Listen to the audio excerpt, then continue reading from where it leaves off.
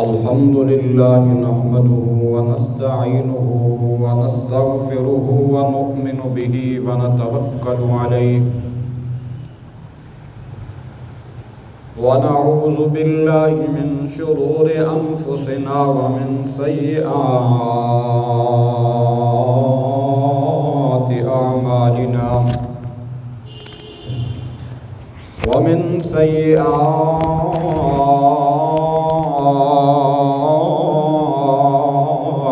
أعمالنا من يهده الله فلا مضل له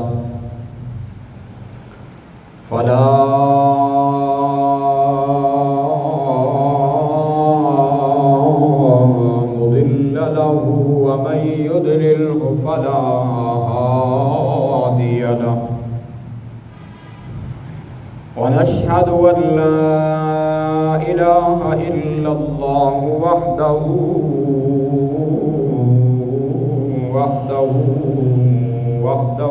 لا شريك له ونشهد أن سيدنا ومولانا وملجانا ومأوانا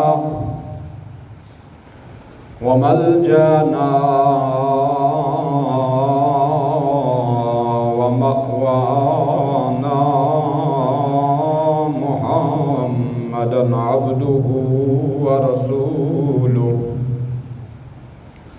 قال الله تبارك وتعالى في الكلامه المجيد والفرقان الحميد: أعوذ بالله من الشيطان الرجيم. بسم الله الرحمن الرحيم.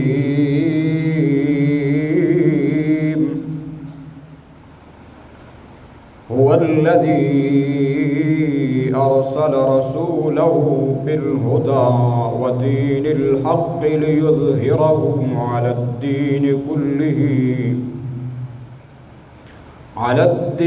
كله وكفى بالله شهيدا. محمد رسول الله. صدق الله مولانا العظيم وصدق رسوله النبي الكريم الأمين الرؤوف الرحيم.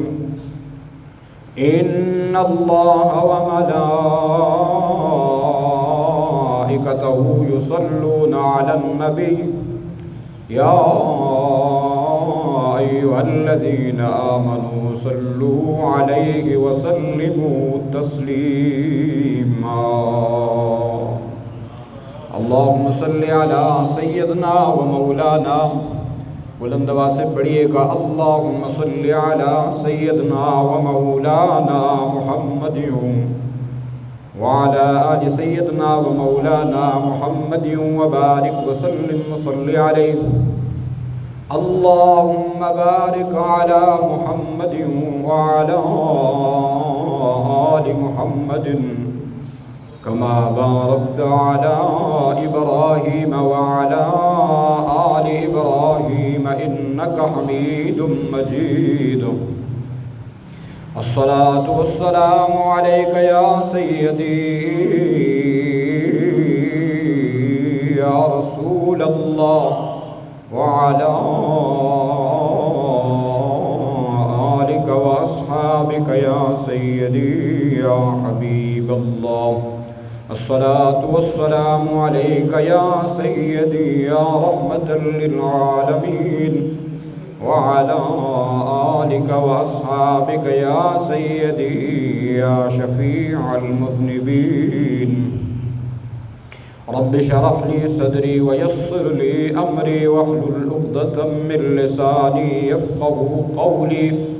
رب اشرح لي صدري ويسر لي أمري واحلل عقدة من لساني يفقهوا قولي. رب اشرح لي صدري ويسر لي أمري واحلل عقدة من لساني يفقهوا قولي. رب زدني علما رب زدني علما رب زدني علما سبحانك لا علم لنا إلا ما علمتنا سبحانك لا علم لنا إلا ما علمتنا سبحانك لا علم لنا إلا ما علمتنا إنك أنت العليم الحكيم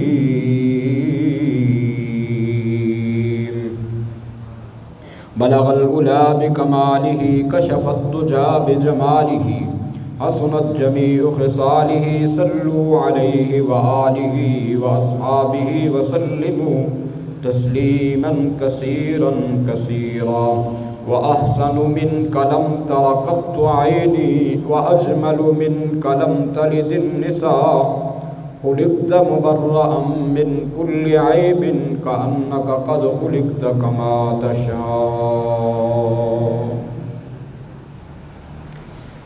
نہایت ہی معزز و محترم و محتشم سامعین و حاضرین و ناظرین، بندہ نچیز نے اللہ جل جلالہ و امن والہ و اعظم شان برحانہ کی حمد و ثنا حضور سرور کائنات فخر موجودات احمد مجتبیٰ جناب سیدنا حضرت محمد مصطفیٰ صلی اللہ علیہ وسلم کی بارگاہ میں ہدیہ درود و سلام عرض کرنے کے بعد اللہ جل وعلا کی بارگاہ میں دعا ہے کہ جو آیت مبارکہ میں نے آپ کے سامنے پڑھنے کی سعادت حاصل کی ہے، اللہ مجھے اس آیت کا صحیح معنی اور مفہوم بیان کرنے کی توفیق عطا فرمائے۔ آپ احباب کو حق کو سچ سننے کے بعد اللہ مجھے آپ کو عمل کی توفیق عطا فرمائے، میرے لیے اور آپ کے لیے اس کو ذریعہ نجات بنائے۔ قرآن مجید میں اللہ نے فرمایا والذی ارسل رسولہ، وہ ذات ہے جس نے بھیجا رسول صلی اللہ علیہ وسلم کو بالہدی و دین الحق، ہدایت کے ساتھ اور دین حق کے ساتھ، لیظہرہ علی الدین کلہ، تاکہ غالب کر دے اس کے دین کو تمام ادیان کے اوپر، لیظہرہ علی الدین، غالب کر دے دین کو تمام ادیان کے اوپر، وکفیٰ باللہ شہیدا، فرمایا اللہ جو ہے وہ گواہ ہے، اللہ اس چیز کے اوپر گواہ ہے، محمد الرسول اللہ، آپ اللہ کے رسول ہیں، محمد صلی اللہ علیہ وسلم اللہ کے رسول ہیں۔ فرمایا وکفیٰ باللہ، اللہ کافی ہے اس بات کے اوپر، اے میرے حبیب آپ کی نبوت کا کوئی کافر اقرار کرے یا نہ کرے، ابو جہل، ابو لہب، عتبہ، شیبہ، ربیہ اور باقی مشرکین مکہ، کفار مکہ آپ کی نبوت کا اقرار کریں یا نہ کریں، فرمایا آپ کا رب کافی ہے اس بات کے اوپر گواہی دینے کے لیے، محمد الرسول اللہ، جناب محمد اللہ کے رسول ہیں صلی اللہ علیہ وسلم۔ اللہ نے گواہی دی آپ کی رسالت کے اوپر، تو اور کوئی گواہی دے یا نہ دے اس کی کیا ضرورت ہے؟ فرمایا اللہ اس چیز کے اوپر گواہ ہے۔ اللہ رب العالمین نے محبوب کریم کی عظمت، رفعت کی طرف اشارہ فرمایا کہ ہم نے محبوب کو بھیجا اتنی عظمتوں کے ساتھ، اتنی رفعتوں کے ساتھ۔ محبوب کریم کے غلاموں، میں اپنی بات کو آگے بڑھا رہا ہوں، جو پچھلے جمعے جہاں پر ہم نے اپنی بات ختم کی تھی، جب میرے نبی رحمت نور مجسم صلی اللہ علیہ وسلم کی اماں جان کا بھی وصال ہوا۔ حضور ابھی دنیا میں آئے نہیں تھے، ابا کی شفقت، سایہ شفقت حضور کے سر سے پہلے اٹھ چکا تھا۔ حضور کی عمر 5 سال ہوئی تو اماں جان اس دنیا سے آپ کو داغ مفارقت دے گئے۔ ابھی محبوب کریم اپنے دادا جان کے پاس پہنچے، جناب عبد المطلب کے پاس۔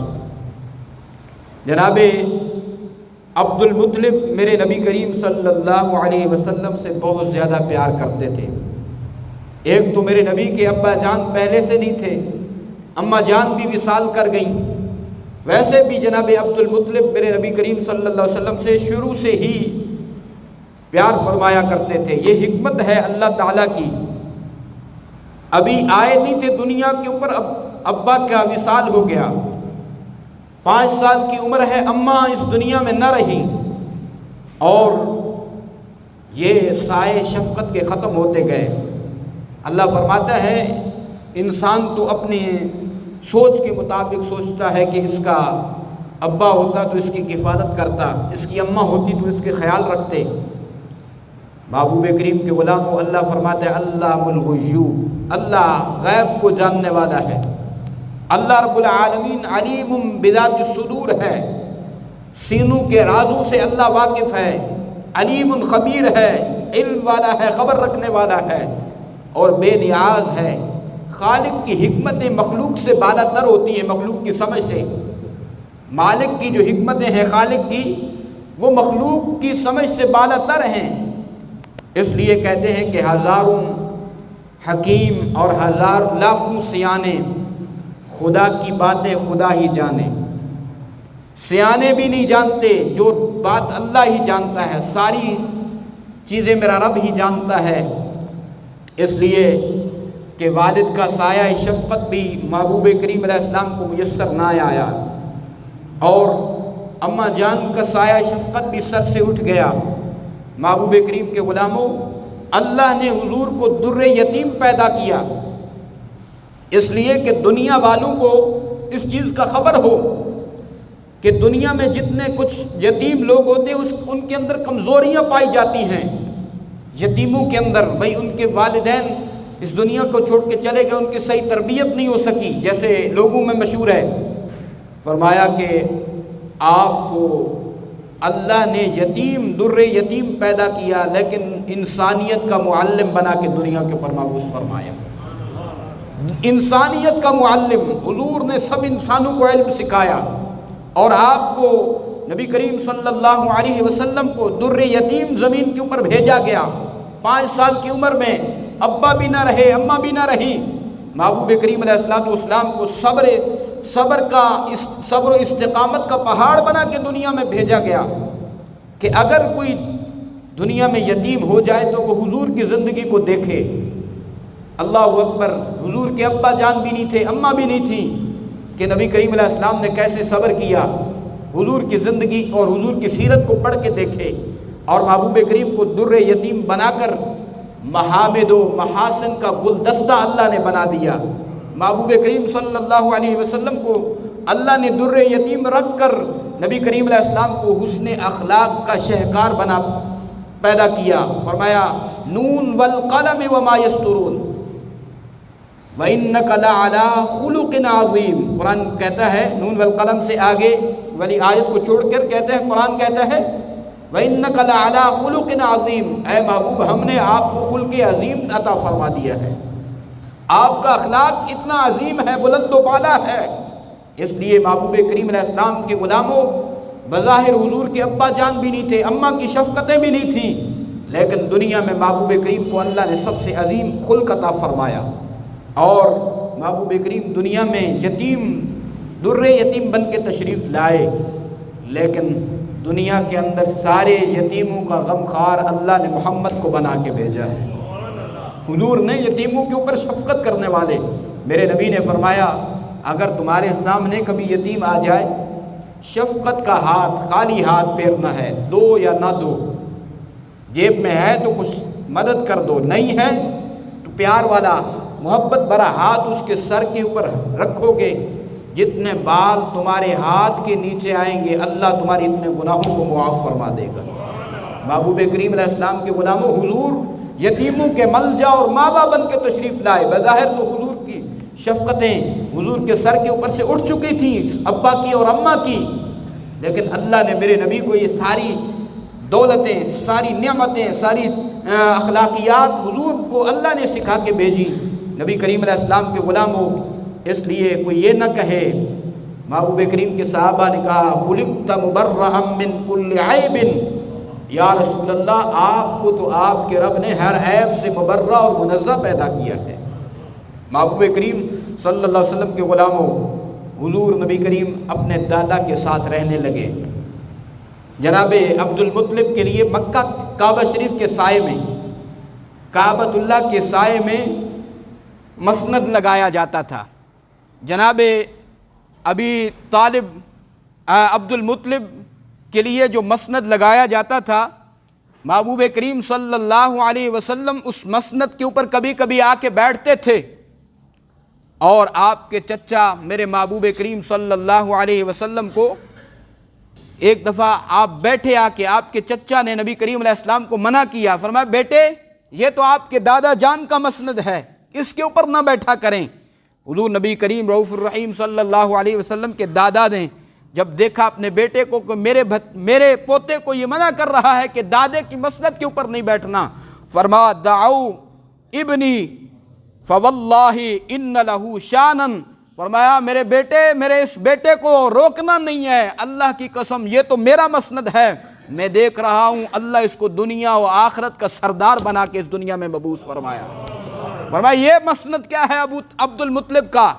عبد المطلب کا مسند تو چھوٹا سا ہے، فرمایا اس کو تو اللہ نے دنیا اور اولین و آخرین کا سردار بنا کے بھیجا ہے، تمہیں اس کی عظمتوں اور رفعتوں کا کیا پتہ۔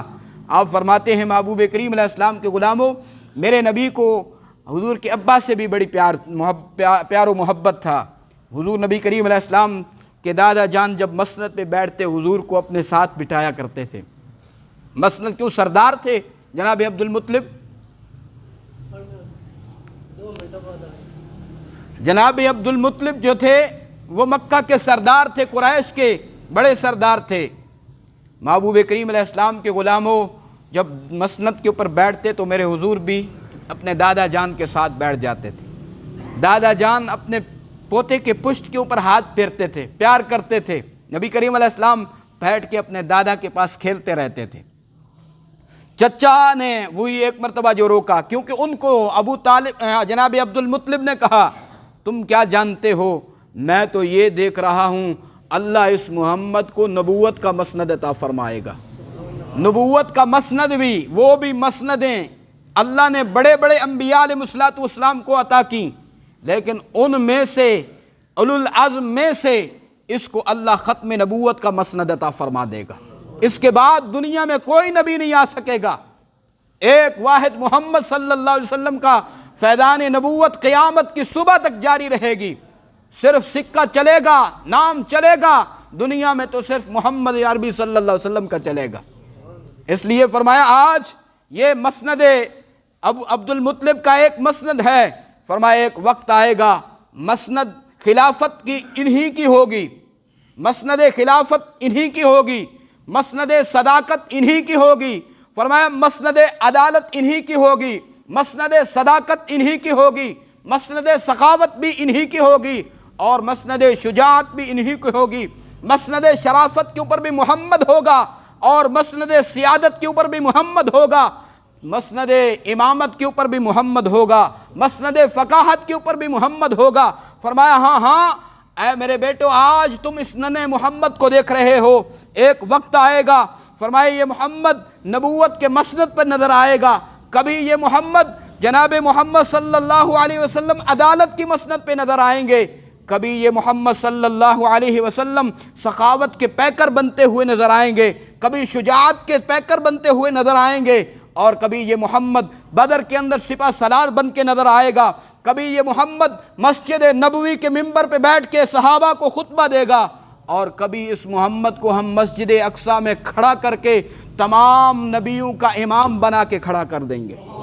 اور میں انبیاء کی جتنی بڑی جماعت ہے، ایک دن ہم محمد کو، ان انبیاء علیہ السلام کو اس محمد کے قدموں میں کھڑا کریں گے، محمد کو دنیا و اولین و آخرین کا امام بنا کے محمد کو ہم یہ مقام و مرتبہ عطا فرمائے دیں گے۔ عبد المطلب نے کہا میرے بیٹو تم نہیں جانتے اللہ میرے اس بیٹے کو کتنا بڑا مقام و مرتبہ دینے والا ہے۔ نبی کریم علیہ الصلوۃ والسلام کے غلاموں، جناب عبد المطلب میرے آقا نبی کریم صلی اللہ علیہ وسلم کا بہت زیادہ خیال رکھا کرتے تھے، حضور نبی کریم صلی اللہ علیہ وسلم سے بہت زیادہ پیار فرمایا کرتے تھے جناب عبد المطلب۔ ایک دن ایک مرتبہ ایسے ہوا میرے نبی کی آنکھیں ذرا دکھنے لگیں، تکلیف ہوئی میرے نبی کی آنکھوں میں۔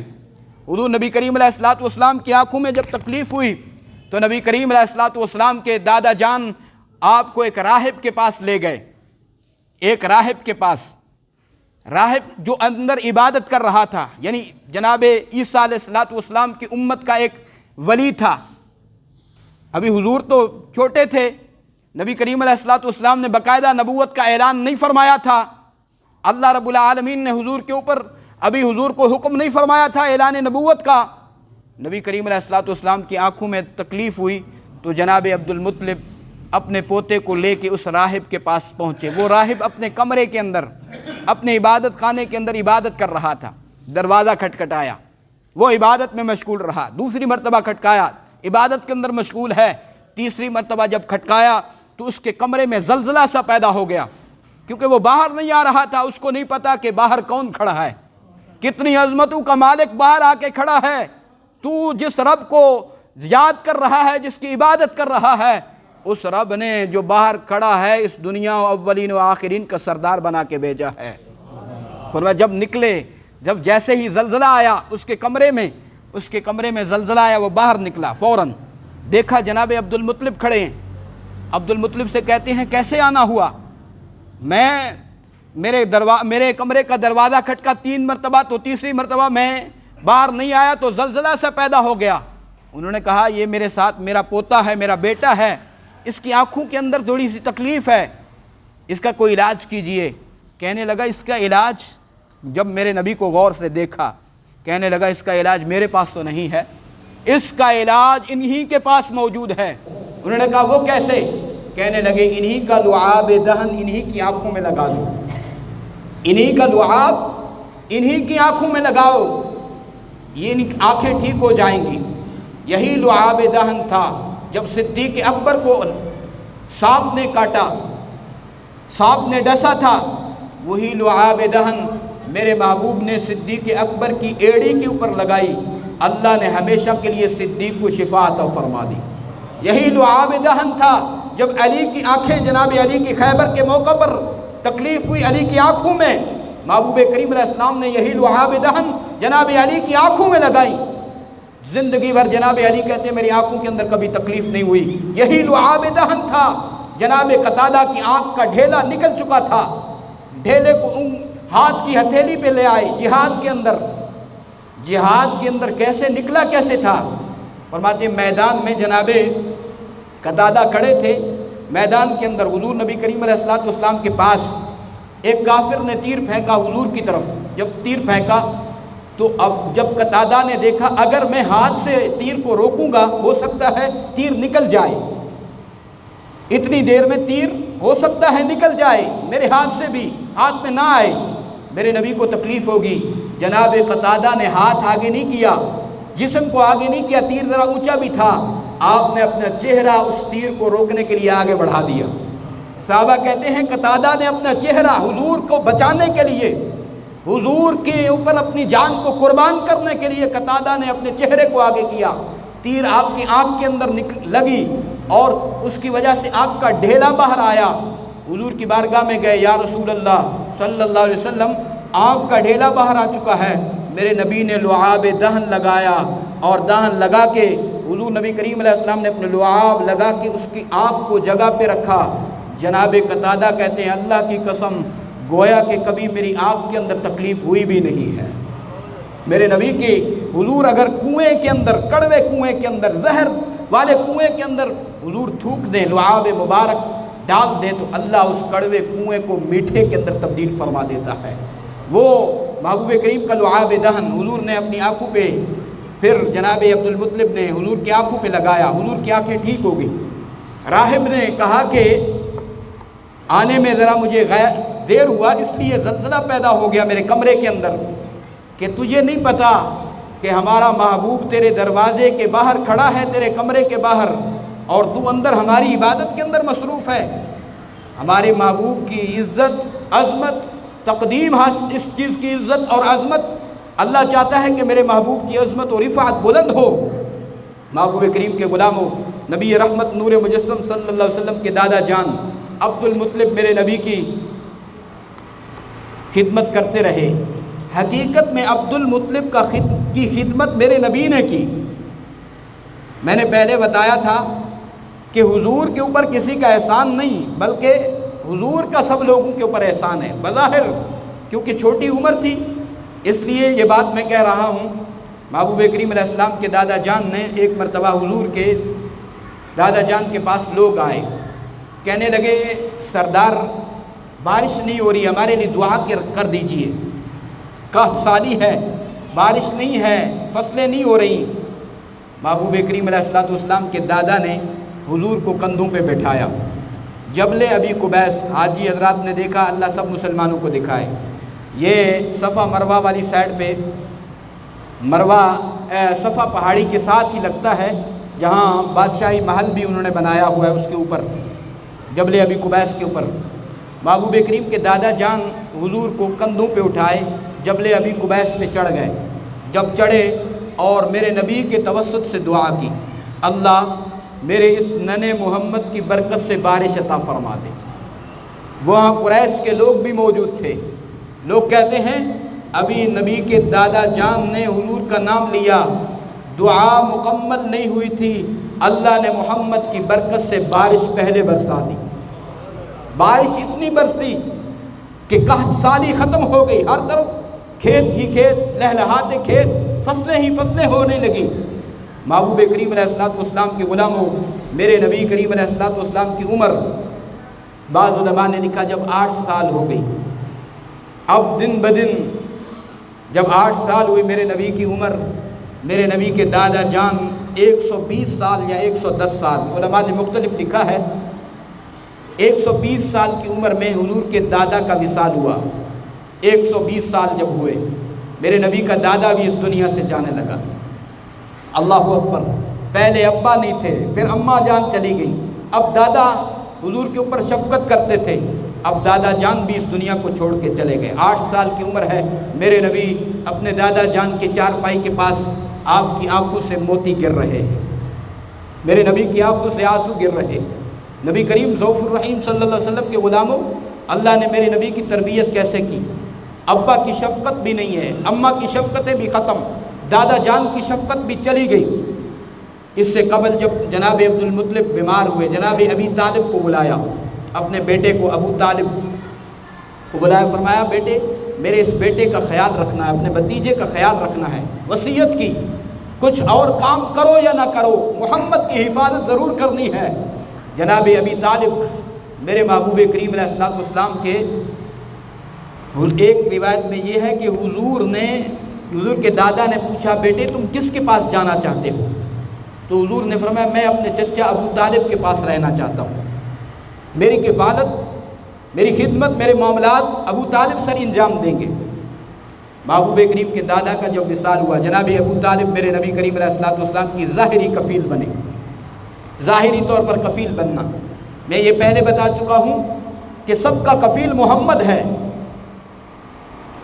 اگر آمنہ کے گود میں تشریف لائے، گود آمنہ کی ہے، کفالت محمد کی ہے، برکتیں محمد کی ہیں۔ اگر گود جناب حلیمہ کی ہے تو کفالت میرے محمد کی ہے، اگر گود جناب شیمہ کی ہے تو برکت میرے محمد کی ہے، اگر گود جناب سیدہ حلیمہ سعدیہ کا ہے تو برکت محمد کی ہے، سواری جناب حارث کی ہے، برکت محمد کی ہے، اور اونٹنی جناب حارث کی ہے، اس کے پاس برکت محمد کی ہے، اور سواری کمزور ہے، اس کے اندر طاقت میرے محمد کی برکت سے آئی۔ محبوب کریم کے غلاموں، ام ایمن بکریاں جناب حلیمہ کی ہیں، جنگل میں، خالی جنگل میں جاتی ہیں، کھانے کے لیے کچھ نہیں ہے، شام کو لوٹتی ہیں، محمد کی برکت سے ان کے تھن دودھ سے بھرے ہوئے ہیں، اور ام ایمن سفر میں ہے، برکت محمد کی ہے۔ جناب عبد المطلب کا مسند ہے، برکت محمد کی ہے۔ دسترخوان جناب ابو طالب کا ہے، برکت میرے محمد صلی اللہ علیہ وسلم کی ہے۔ جناب ابو طالب شام کے وقت، صبح کے وقت جب دسترخوان لگتا، ابو طالب میرے نبی سے بہت پیار کرتے تھے، حضور کو اپنے چچا سے بہت زیادہ پیار تھا، جناب ابی طالب کو بھی میرے نبی سے بہت پیار تھا، ہر وقت حضور کا اپنے ساتھ حضور کو رکھتے تھے۔ اور جہاں ابو طالب سوتے تھے جناب ابی طالب وہاں میرے نبی کو سلایا کرتے تھے اپنے سیدھی سائڈ پہ، ہر وقت اٹھتے حضور کو دیکھتے، کہیں میرے محمد کہیں آگے پیچھے تو نہیں چلے گئے۔ ایک رات اٹھے تو جناب ابی طالب نے دیکھا کہ محمد نہیں ہے اپنے تخت کے اوپر، وہ جو چارپائی تھی اس زمانے کی۔ آپ نے دیکھا کہ آپ ایک گھر کے کونے میں کھڑے ہیں، جہاں گھر کے کونے میں کھڑے ہو کے اللہ کا ذکر کر رہے ہیں۔ میرے نبی کی زبان پر اللہ اللہ کا ذکر جاری ہے، میرے نبی اپنے اللہ کی توحید کا اعلان کر رہے ہیں۔ 8 سال کی عمر ہے، نبی کریم علیہ السلام نے لوگوں کو اس وقت سے توحید کی طرف دعوت دی تھی، جب حضور کا میلاد ہوا تو اس وقت سے۔ محبوب کریم کے غلاموں، جناب ابی طالب کہتے ہیں ایک دن ایسا ہوا دسترخوان کے اوپر کھانا لگایا گیا۔ قریش میں سے سب سے نادر غریب شخص جناب ابی طالب تھے، آپ کافی غریب تھے۔ دسترخوان کے اوپر کھانا لگایا گیا۔ فرماتے ہیں جناب ابی طالب کہتے ہیں روزانہ بچے جو ہیں وہ بھوکے اٹھ جاتے تھے، کھانا ختم ہو جاتا تھا۔ جس دن محمد آ کے دسترخوان پر بیٹھتے ہیں، میرے آقا نبی رحمت نور مجسم صلی اللہ علیہ وسلم فرماتے ہیں حضور نے سب سے پہلے دسترخوان کے اوپر تشریف فرما ہوئے، ابھی تک دوسرے بچے نہیں آئے تھے، جناب ابی طالب کے باقی بچے نہیں آئے تھے، حضور پہلے آ گئے دسترخوان کے اوپر۔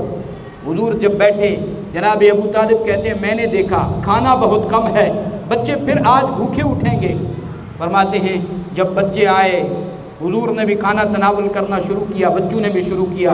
جناب ابو طالب کہتے ہیں اللہ کی عزت کی قسم روزانہ میں دیکھتا ہوں بچے بھوکے اٹھ جاتے تھے، ابھی اس میں یعنی پیٹ بھر کے کھانا نہیں کھا سکتے تھے، کھانا پہلے ختم ہوتا۔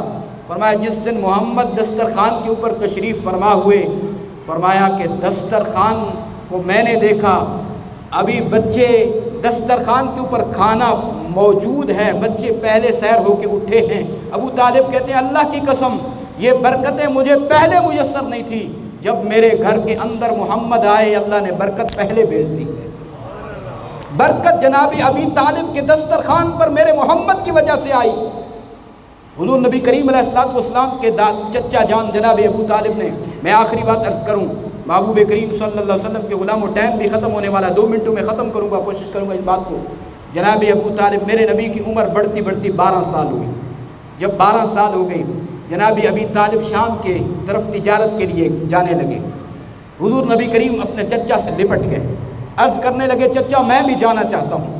حضور نے جناب ابی طالب کہنے لگے بیٹا آپ ادھر ہی رہیں، شام کا سفر ہے، راتوں کے اندھیریاں ہیں، دن کی گرمی ہے، بھوک و پیاس آپ کیسے برداشت کریں گے؟ میرے نبی اپنے چچا سے چمٹ کے رو رہے ہیں، حضور کی آنکھوں سے آنسو جاری ہیں، نبی کریم کی آنکھوں سے جب آنسو جاری ہیں جناب ابی طالب کی آنکھوں سے بھی آنسو جاری ہونے لگے۔